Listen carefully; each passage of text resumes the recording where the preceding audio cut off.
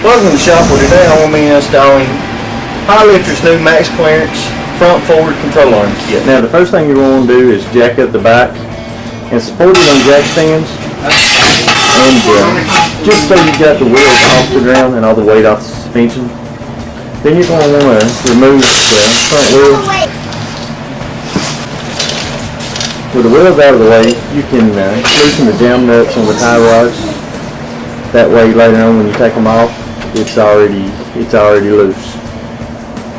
Then remove the shock bolt, and by lifting up on the A-arm just a little, you can get the shock bolt out just a little easier. Then you can remove the Carter keys and remove the tie rod assemblies. Then remove the brake caliper and fish it out of the way. You can remove the ball joint retaining bolts. Then remove the ball joints from the hub and pull the axle out of the diff.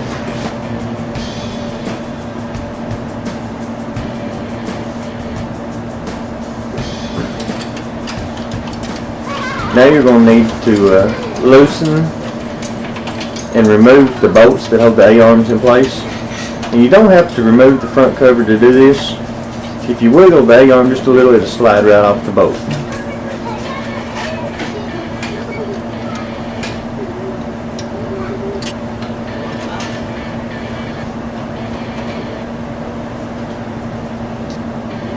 Then with the bushings removed from the factory arms, you can reinstall them in the new HighLifter arms.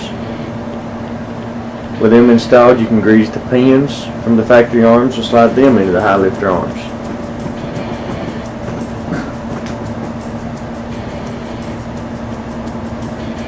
Straight fitting, and you're going to need a 5/16 wrench to tighten it up.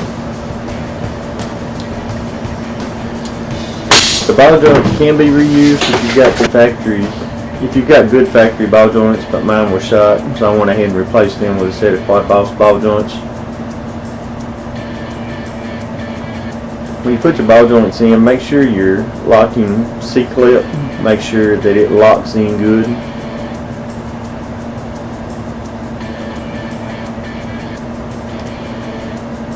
Now with the A-arms reassembled with bushing sleeves and ball joints, you can slide them back on the same way you took the old ones off.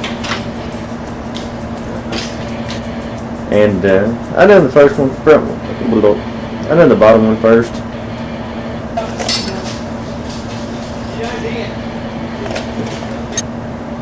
Then I put the top one on.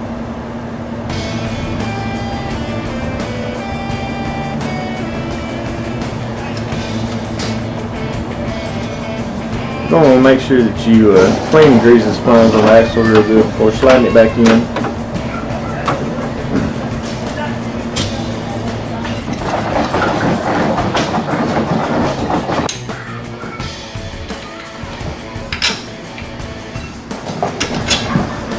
Now on this lower bolt, for the ball joint retaining bolt, you're going to want to put it in reverse from the factory position. You're going to want to put it in from the rear facing the front. Because if not, when you cut the wheel, it's going to hit on the A-arm. With both the A-arms attached to the hub, you can go ahead and insert the new bolt supplied with the kit and the new nut to hold the shock in place.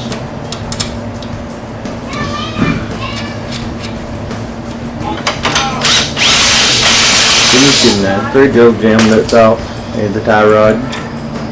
Then thread the new tie rod onto the inner tie rod end. Then thread the jam nut and your new tie rod, or your outer tie rod, back on the new tie rod. You're going to want to make sure that you put the tie rod on the bottom of the knuckle. That way you have plenty of clearance through your wheel, and it decreases the bump steer. Then you can bolt back down the brake caliper with the two bolts that's holding it in place. Then I like to cycle for clearance, just to check, make sure there ain't nothing hitting.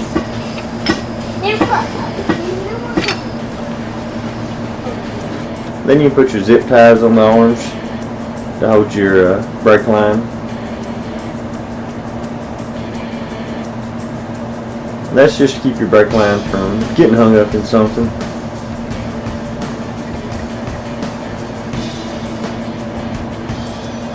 Then you'll want to check your alignment. And with alignment within spec, you can tighten everything down, grease the fittings. Then we can put the wheels on, torque them to factory spec, get her off the jack stands, and we're ready to ride. We'll see you on the trails.